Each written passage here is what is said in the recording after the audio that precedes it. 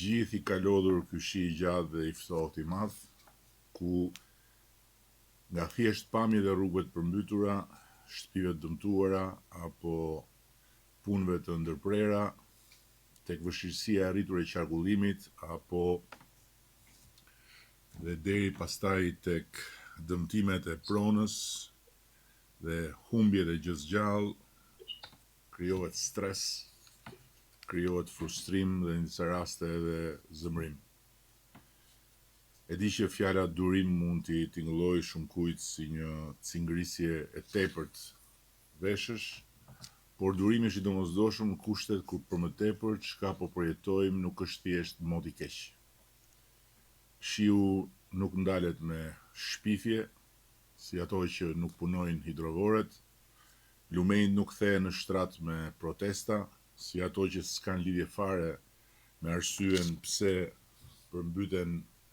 shtëpitë e ndërtuara në territore shumë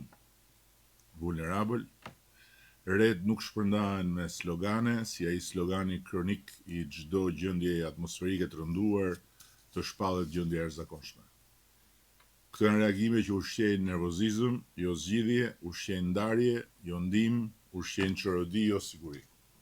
Në një situatë si kjo, nuk kërkohen fajtor imagjinar, po ndihmohen njerëzit real.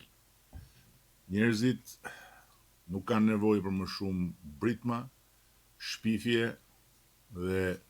teori konspiracioni, por për më shumë solidaritet, mbështetje dhe bashkim forcash. Kjo është një gjendje atmosferike e zgjatur dhe e rëndë, e cila nuk ka prekur thjesht Shqipërinë për ndonjë arsye që lidhet me vendin tonë,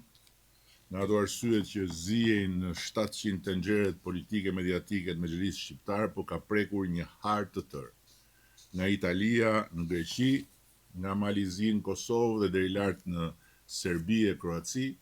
nga Maqedonia e Veriut e deri në Turqi, ku i njëjti i ftohtë, i njëjti shi, e njëjta dëbor dhe të njëjtat përmbytje dhe bllokime kanë krijuar të njëjtën situatë të rënduar në tërësi për njerëzit. Një mas ajri e ftohtë nga veriu është përplasur me ajër të ngrohtë dhe të lagësht nga mesdheu dhe ka krijuar një vorbull atmosferike mbi Europën juglindore, duke sjellë rreshje të vazhdueshme dhe temperatura shumë të ulta. Prandaj edhe lumenjtë rriten përsëri para se të bien, prandaj edhe toka mbetet e ngopur me ujë, prandaj edhe rreshtet e shiut të dëborës marrin një përmasë krejt anormale. Ndryshimi klimatik nuk do të thotë vetëm vera më të nxehta, por do të thotë stinë të çrregullta, sisteme atmosferike më të ngadalta, e prandaj dhe më të papritura dhe më ekstrem dhe më këmbgulës në ekstremitetin e vet. Më shumë thatësira dhe më shumë zjarre, më shumë vorbull atmosferike, më shumë përmbytye, është tashmë kuadrati i ri i klimës ku jetojmë, e cila nuk është më klima ku ne jemi rritur. Por patjetër që kur ne vazhdojmë i hedhim plerat rrugëve, apo kur vazhdojmë i vëmë zjarrin pyjeve, pasojat e gjithë këtij ndryshimi klimatik rëndohen ende më shumë, siç u rënduan ende më shumë në Shkozet dhe jo vetëm prej prurjes maramëndse të plastikës së mbledhur rrugëve nga lumenjtë e dal nga shtrati që taposi kanalet e mëdhenj kullus. Aktualisht në të gjithë vendin janë ulur sasitë e rreshjeve të matura deri së fundmi, përjashtuar Durrësin ku janë regjistruar 41 mm shi. Një punonjës i bashkisë së Durrësit 54 vjeç është gjendur i mbytur pasi është raportuar i humbur një ditë më parë. Deri tani janë në rang vendi numëruar 1587 banesa me praninë e ujit, janë evakuuar 339 persona dhe 51 familje, po ashtu prania e ujit është konstatuar në 13.211 hektar tokë bujqësore, ku një pjesë janë përmbytur, sikundër edhe disa qendra shëndetësore apo objekte arsimore. Sasia e rreshjeve ka qenë e jashtëzakonshme, deri në 300 mm, ose të ndryshe më shumë se sa sasia mesatare e rreshjeve që bien gjatë gjithë muajit. Pra, rreshjet 3 ditore mesatare të janarit kanë rënë për një periudhë 3-4 ditore. Një fenomen ky që, siç e thash dhe më lart, si rezultati i ndryshimit të klimës, po bëhet gjithnjë e më pak i papritur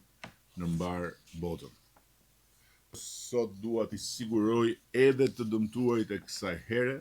se ne do të qëndrojmë me të njëjtin dinjitet njerëzor, shtetëror dhe politik çdo detyrimi ndaj tyre, qoftë për banesat, qoftë për gjën e gjallë. Në ndërkohë, dëshiroj të theksoj se puna intensive dhe mobilizimi i pandalur 24 orë në të gjithë territorin ku është nevoja e të gjitha strukturave të shtetit, si dhe e bashkive, do të vazhdoje pa ndërprerje deri në kapërcimin e kësaj situate të rënduar meteorologjike. Dhe nga ana tjetër, dua t'u them të gjithë deputetëve të shumicës qeverisë të pranishëm në këtë mbledhje përmes Zoomit që të jenë të angazhuar edhe sot, edhe nesër, edhe pasi momenti i vështirë të jetë kapërcyer pranë njerëzve, me njerëzit dhe për njerëzit. Faleminderit dhe po kaloj fjalën tek ministrat që janë në vijën e parë të këtij angazhimi për shkak të detyrës tyre, të cilët do të bëjnë një pasqyrë të përmbledhur të situatës në momentin që flasim.